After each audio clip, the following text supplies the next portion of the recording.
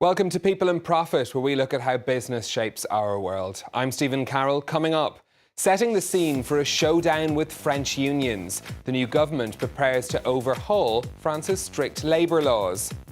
As Paris and Berlin push for more integration in the eurozone, we look at how the business world feels about the EU and the future of the European economy.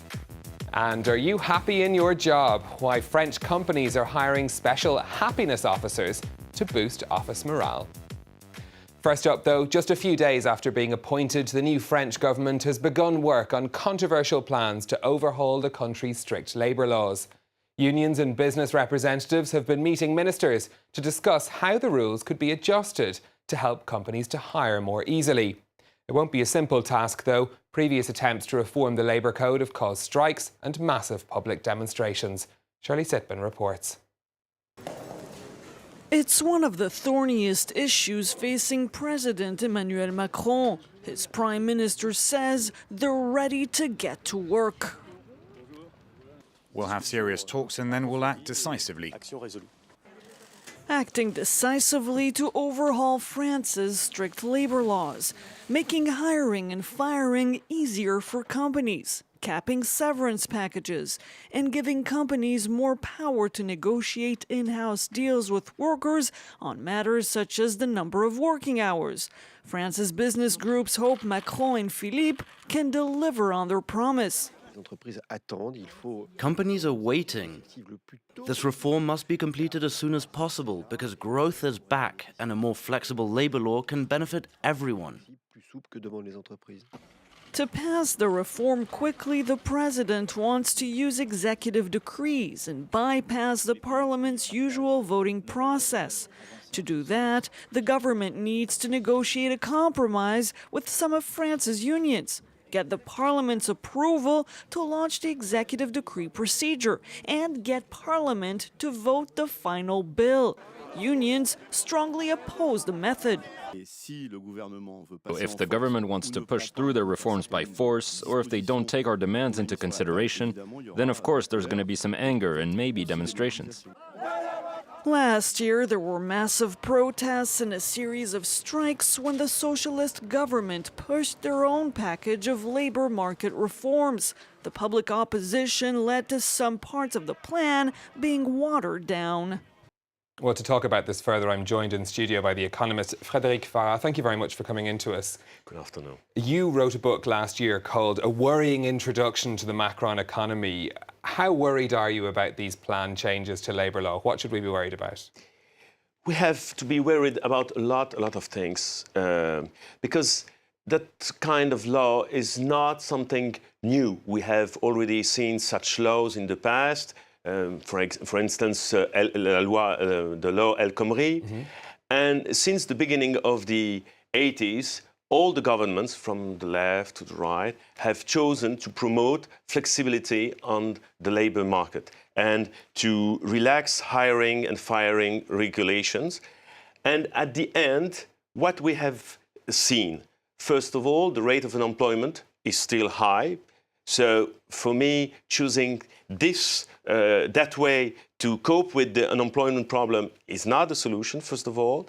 We have seen a high increase of inequalities between workers and precarious jobs all around the country. It's true that we talk a lot about flexibility and making the labour market more flexible, but there'd be many economists, among them the OECD, the IMF, the European Commission, who say that that flexibility hasn't gone far enough.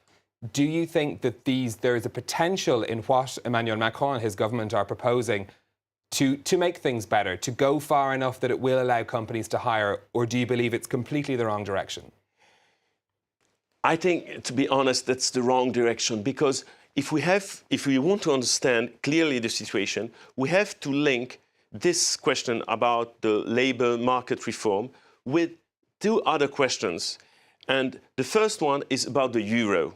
Because if you cannot have a flexible euro, the only flexibility you can have is from the labor market reform.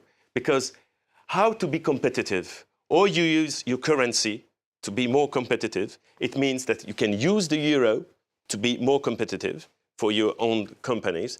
Or if you cannot, that's the case, you're going to use another type of flexibility from the market, the labor market. And Macron doesn't want to reform the euro. He wants to accept it. So it means that he has to act on the labor market. But how do you explain the other countries then that are in the eurozone that have much lower rates of unemployment than France and do have a more flexible labour market? Germany, for example. Germany, for example. The case of Germany is very interesting because at the end of the 90s, Germany has changed its own policy and decided, to reduce the size of the welfare state and to reduce the cost of labor. But Germany did that all alone. And today, if all the countries in Europe do the same, it's not going to work. Do you think Emmanuel Macron will succeed in the plan that he has to make the changes that he's planned? The problem with Macron wants a deal with Germany. France is okay to do the structural reforms, and in exchange, Germany agreed to reflate its domestic economy and to complete the eurozone. Germany is the strong country in Europe, and I don't think so that it's ready to imagine a kind of agreement with France, because France at the moment is not enough strong to cope with the situation in Europe and to face Germany and Germany expectations. OK, Eric Farah, thank you very much for coming in to speak to us. Thanks a lot. Now, another of the French president's election promises was to deepen integration in the eurozone, and that process got underway with a push from France and Germany's finance ministers.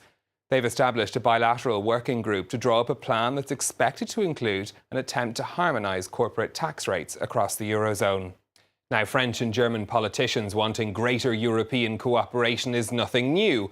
But how does the business world feel about it? Delano de Souza has been finding out. Delano. Thanks, Stephen. Well, first up, let's start taking a look at the fundamentals here in Europe. We see that GDP has picked up in recent years. Growth came in at 1.9% for 2015 and 1.7% for last year. The forecast is marginally lower at 1.6% for this year, and it's not such bad news. But are businesses upbeat? Well, in a recent survey of 2,000 senior executives conducted by the McKinsey Global Institute, companies envision revenue growth of 2.1% for the year. The largest among those who have operations overseas expect to see revenues increase by over 5%. So what do companies plan on doing with this excess cash? Well, they don't plan on spending it. 48% of the companies surveyed say they are saving for the future, and nearly the same number are stashing away money in case of a future crisis, while 18% will spend the cash on debt repayments. Now, an eye-popping 51% of the companies surveyed fear the shrinking or disbanding of the eurozone in the years to come. So why is there a hesitation to spend on investments for the future? Well, companies fear crises resurfacing in the eurozone, like the Greek debt drama or disagreements over the influx of migrants. Then there is the fear of rising populism on the continent. That has now been somewhat dampened with Emmanuel Macron's election win here in France. In addition, businesses fear the general direction the European Union is headed in the aftermath of last year's Brexit vote. So how can European officials go about improving sentiment? Well, analysts say restoring investment to pre-financial crisis levels of 2008 will do the trick. They forecast this would boost European gross domestic product by a whopping €1 trillion. Stephen. Delano, quick question before you go. Are you happy in your job? Very happy, although you put me on the spot. I'm glad to hear it. We're looking at the question of how important it is to be happy at work. Here in France, surveys have shown that employees are generally unhappier than the average European worker. Companies are starting to address the issue, with some even hiring a happiness officer to look after their staff's well-being. Claire Rush has the story. Get better results by making your employees happy. And make your employees happy by hiring a happiness officer. The strategy, pioneered by US tech companies some 15 years ago, is starting to catch on in France. Brunil Taco is one such happiness officer.